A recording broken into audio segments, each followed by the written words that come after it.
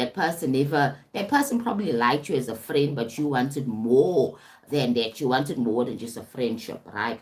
So now that's your first experience. And that first experience is a very emotional experience. And because it's emotional, it sticks with you, right? You can never forget something that's very emotional because the subconscious mind will hook on all the emotional experiences that we had, right? Every memory, every experience has an emotion. I remember it's either a fleeting emotion, it's not very strong, or maybe be a very, very strong emotional effects on you that it made you scared, it made you anxious. I remember fear and anxiety is linked to an emotion of feeling unsafe, right? So if somebody rejected you as a young child in the classroom, maybe in public, and actually rejected you in front of everybody else, that is shame. Shame is fear. You understand? Feeling unworthy as well. So that's a feeling that's kept in your subconscious mind. But now you're in this place where you're saying, okay, this world is not a safe space. It's not safe for me to express my feelings for people, right? Because I will then be insulted, I will be criticized, I will be shamed. So that person now has a worldview that this place is not safe, that this world is not a safe space for you to express your feelings. Now that affects every relationship in your life going forward.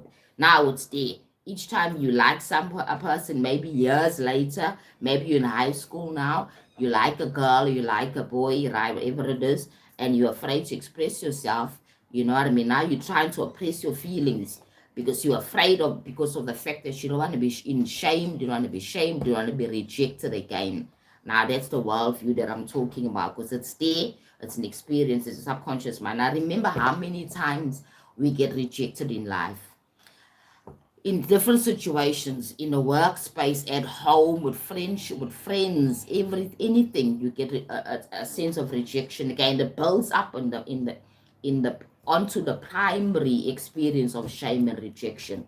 Now you have this big world view that this place is such an unsafe space.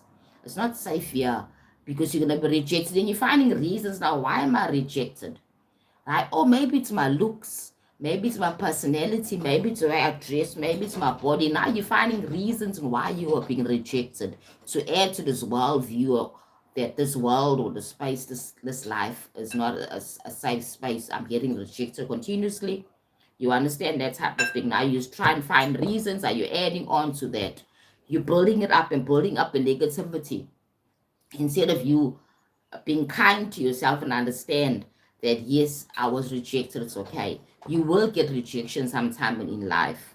You will not always be accepted and celebrated by every single person. So you have to accept that yes, in this life, in this world, there's something called rejection. The question is, how are you going to respond to the rejection? Right? A simple thing, like go for an interview, an adult, you're a working person, you go for an interview and you don't get that interview, you get a rejection letter. How do you feel when you read that letter of rejection? And remember, you did your best. You went for the interview. You're excited. You're going to get this job and you get this opportunity, right? Now, remember, this has happened to many of us, including myself. When I look at that letter of rejection, how does it make me feel? Does it affect my worldview of who I think I am, who I feel I am? Does it make me feel that I'm not worthy, that I'm not good enough, that I'm not a winner, I'm not an achiever? What does it make you feel, right? Because that's your worldview. That's how you're gonna feel about yourself going forward when you put a stamp on it and says, "Oh my God, I'm not good enough. I can never get this interview. I'm just wasting my time." You know, I'm not so good. I'm not good at anything in life. Now you're telling yourself this is the worldview. Remember that you're creating. Be very careful of how you respond to rejection. And if your response to rejection is negative, then understand and go back to where it started at. Where in life did you start feeling like this? Because you will be rejected in life, no matter what, in a relationship, for a job, in maybe joining a team, a fitness team, you will get some rejection somehow. Maybe the team, they have enough people, or you're not skilled enough for their team, whatever it is. Rejection is parts of life. It's how you respond to that rejection that counts. Or you look at it in this way: yes, it's just a rejection. It just means maybe I have to try later. It doesn't have any effect on who I think I am, right? I am this person. This rejection is outside. It's happening, right? Um, it's happening because maybe of a belief that I have of myself right now.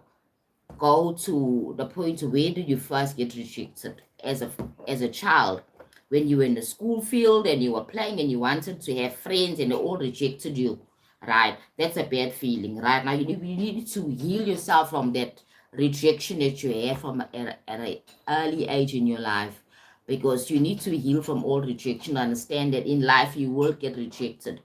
Then it doesn't mean that you are not good enough. It just means that at that opportunity, at that point of time, we never get that thing that you wanted and desired. And sometimes in life, we don't get what we want and desire. So we need to learn that, yes, this is part of life, right? I will not always get what I want and desire. The question is, how am I going to cope with it? Am I going to allow it to affect my self-esteem? Or am I going to allow it to teach me something that, yes, I need to learn to believe more in myself. No matter what the world says to me or about me, I need to have a strong sense of self. I need to own myself, right? Because sometimes I will be celebrated and I'll be accepted. Other times I will be rejected, and that's fine as well. You understand? But then we need to focus on all the times you were accepted and celebrated, right? So you are where you are now. You have those friends you have now that love you and care for you now at this moment, right? So they accepted you. You need to now embrace that part of your life